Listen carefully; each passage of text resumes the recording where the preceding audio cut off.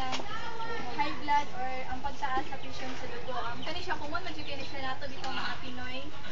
Kanang sigaha kanang makita jud mo ng mga tawo nga sige pa BP kay gusto sila makabalo sa ilahang presyon sa dugo. Kani siya sa kani siya kondisyon nga mutaas ang presyon sa dugo. Sa usa ka tawo gikan sa 140/180 kani siya may normal na pas sa atong dugo. Normal pa na siya, 140/180. Usa ka pag ini pataas kung kani gani siya, usa ka pag gani siya. Una na siya may gitawag nga kuan high blood or kanang hypertension. Ang mga sintomas nga ani ka sakit kay kuan. Una kay pag pangluya sa atong lawas kanang feeling din nato kanang luya ta kanang Tol, matag man akton. Tarong po. Tarong po. Kita ka kapang gamay. Ay?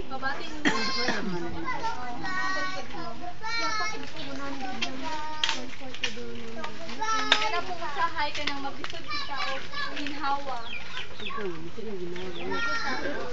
Bangunan na ba? Agay ko na. Napiling na to ka naman. Matay ka ron, dukret, tokong. Wala kayo sa itong ulo. Panghubukasan. Dakan na kay kakao. Hinog. Hindi ti may ilan ay hinog.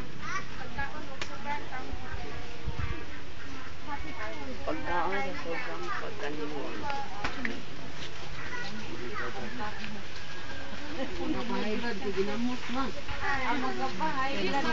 Ang high blood ka nang wala kaon. May kwarta. Manay maka-high blood. Ako yun. Sa putot ng tagoy ka. Ay nagkaon. Puto gutomon. Para. Yang upay kwarta ha. High blood. Sakit ulo. Ano si Bibi?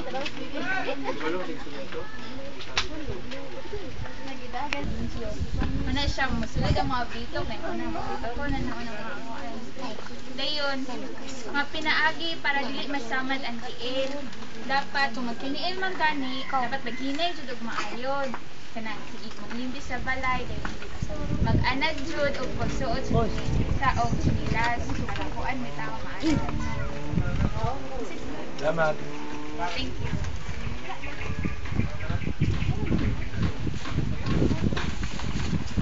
Ayan.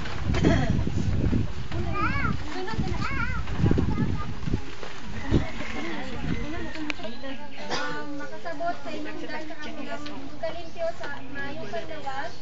Magkabalo sa mayong epekto sa nakulangan sa kalimpyo sa mayong panlawas.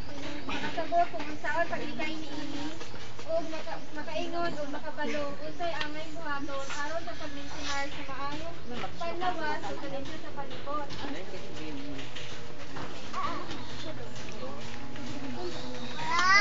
Una sa definition ng environmental health ang magiyon na kayo kain kaayo sa mga kabahin kini sa kahimsong sa publiko pagkatuod sa palikay sa mga matang sa sakit pinaagi sa pagatiman sa palibot o pagsunod sa mga kausaban sa kalihuban o kinaiyahan sa mga tao aron sa pagpagaman sa posibilidad nga kita makahado sa mga sakit.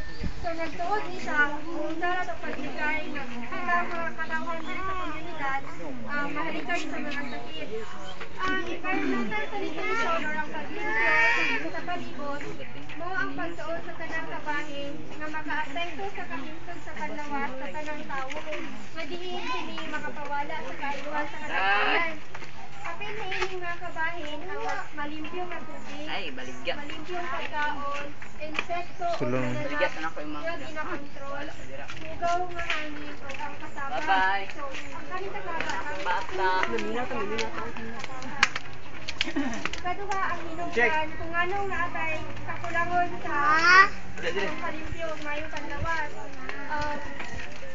Una, dili insakto ka na Smile tol. Siyempre, makakita sila sa higitan sila sa kaduha, wala ka sa pag-anad. Limpyo sa palibot na wala ka na-anad yung mas sige naglimpyo. Ikaduha ko na siya. Kasunod, yung magkanasan yung mukha ng lamo. Makita na siya gamay na pwede mo itugan. Itlog sila siya.